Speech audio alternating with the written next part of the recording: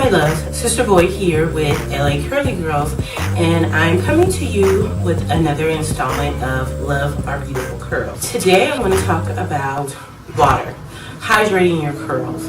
A lot of different factors in how you hydrate your curls, why you hydrate your curls, and what to consider when you consider your other practices and what else is going on with your body. First of all, why are you concerned about hydration of your curls, moisturizing your curls? One is if your hair lacks moisture, then you risk breakage. You also risk dull curls that may not pop, and then the actual strand may become damaged. It may not completely break, but that's also where you see a lot of split ends and single strand knots, and those can lead to breakage, and they can also lead to very dull looking hair. It doesn't have a lot of shine, things like that. And also, if your hair is lacking moisture, then it can affect styling options, because styles may not work for you or your products may not work for you. When you look at moisturizers, of course, water is your best moisturizer. Also aloe vera juice. I like the gel, some people don't, and I'm talking about pure aloe vera, not aloe vera gel, not like fruit of the earth or something like that, but I'm talking about the aloe vera that you can take in your body from the plant, that kind of stuff. Those, if it's in the first, I think it's in the first two ingredients, then it's considered a moisturizer, and you can use it as such. And I know some people say, well, if it has too many butters or oils, then it really isn't a moisturizer. I look at it a heavy moisturizer. It will give you a little bit more than just a moisturizer that doesn't have as much butter. So it might be a little lighter. If it doesn't have a lot of oils or butters in it, then it might be a lighter, thinner moisturizer. So, and that's again just a preference. And just to let you know, I took an impromptu getaway, and so I'm in the hotel room and I am trying to record this right before I leave, and it is checkout time. So if you hear banging, those are the doors. People are leaving, and those are the doors. I will try to cut as much of the banging out as possible. Now, some things to factor in as far as your body. Of course, we hear about drinking a lot of water, and of course you should. We hear 8 ounces a day. However, I think truly it's supposed to be half your weight in ounces. So if you're 100 pounds, you may want to drink 50 ounces of water. Also, what you want to consider is your actual water. I know here in Los Angeles, and I'm not sure about up north, but I know here in Los Angeles, we have hard water. So you may want to consider, if you're here, if you're someone that has hard water, you may want to consider a filter on your water, on your faucet, or wherever you're getting your water to wash your hair. If you're spritzing, you're making your own spritzes, you want to consider distilled water. And then here's the thing about distilled water. A lot of people are like, oh, okay, distilled water is good for your hair.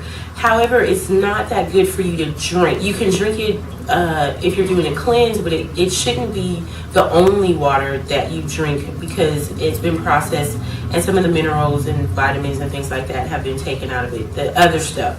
So there's some things in just regular water that you need versus distilled water, and that's taking it in your body. Distilled water is good for like spritzes and things like that. I know some people have used seltzer water, things like that. I haven't used those, but it's worth looking into. As far as your body and staying hydrated, you want to also take into consideration the time of year. Like right now in California, we are having a heat wave, and so when it's hot, you have to think about how your body is using water. So if you're using a lot of water to keep your body cool, then how much water is actually going to your hair? So then you may want to up your water intake a little bit. Then also, you want to look at if you're on any kind of medication. Water pills, blood pressure pills that include a water pill, and then sometimes cholesterol medicine, diabetes medicine. It also affects how your body processes and holds on to water. So you want to take that into consideration. And then also, but specifically those water pills and your blood pressure pills that are tied with water pill, it's expelling the water out, because you know sometimes you get bloated, and that's the thing. Carrying too much water can affect your heart. So the blood pressure pills and the water pills is trying to express any water that your body is holding on to. And some people will say, well, if I'm drinking water, obviously you're not drinking enough water if your body is holding on to water and you're bloated. So, and it's just sitting there. It's not really like hydrating your body. So if you are taking a water pill, a blood pressure pill, cholesterol medicine, diabetes, whatever, you want to maybe increase your water. Okay, so again, 100 pounds, 50 ounces of water, you may want to increase it to maybe 60 ounces and see how that works and see how it affects your hair. Okay, and then for the moms, especially postpartum moms, a couple things. Right after delivery, well, during delivery, here in the U.S., we pump our moms up with a lot of IV. Okay, and it's probably not the best for your hair. And depending on how quick your body can lose and release that water, then the fluid, the IV fluid, is just sitting there, and you don't know what it's doing to your hair. So you do want to kind of drink your water. You really want to hydrate your body after your delivery. You're clear. You're on your way home. You know, you've had the baby.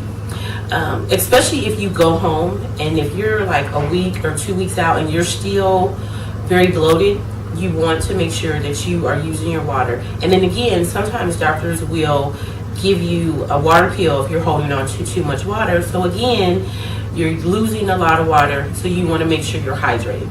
Now, another thing for moms, when they start to see that postpartum shedding, a lot of it can do with your water intake, and something that a lot of people don't consider. And you're like, why are we talking about this? Because what does it have to do with my hair? Again, postpartum, you hear about postpartum shedding. Also, what moms don't consider, and your whole body plays a role in your hair. So if you're experiencing some vaginal dryness, postpartum moms do this, and sometimes breastfeeding moms experience this as well, because your body is using up all your resources to feed your baby, especially if you're breastfeeding. You're going through growth spurts, so you want to make sure that not only are you drinking to thirst, but then you want to drink a little bit more. Drinking to thirst will satisfy your body, but you want to make sure that you're maybe a little bit more hydrated, and I'm not saying a lot, but just a little bit more, so you have the benefit of the moisture for your hair.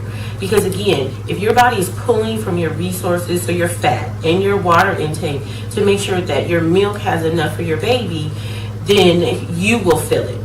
Okay, and that's just how smart our body. So definitely consider that. Then you want to look at your products, and remember we started out with that. So your moisturizer, your conditioners, your stylers, you want to make sure that they have a good amount of moisture in there. And again, water, aloe vera. I haven't looked into drinking aloe vera water, but I'm pretty sure it's very, very good. And I know from what I understand, there's some mineral benefits to it as well. But I haven't done a lot of research on it. So when you're looking at your hair, your regimen, what kind of issues you're dealing with, I want you to make sure that you consider your water intake and how you're hydrating your curls and how you're hydrating your body.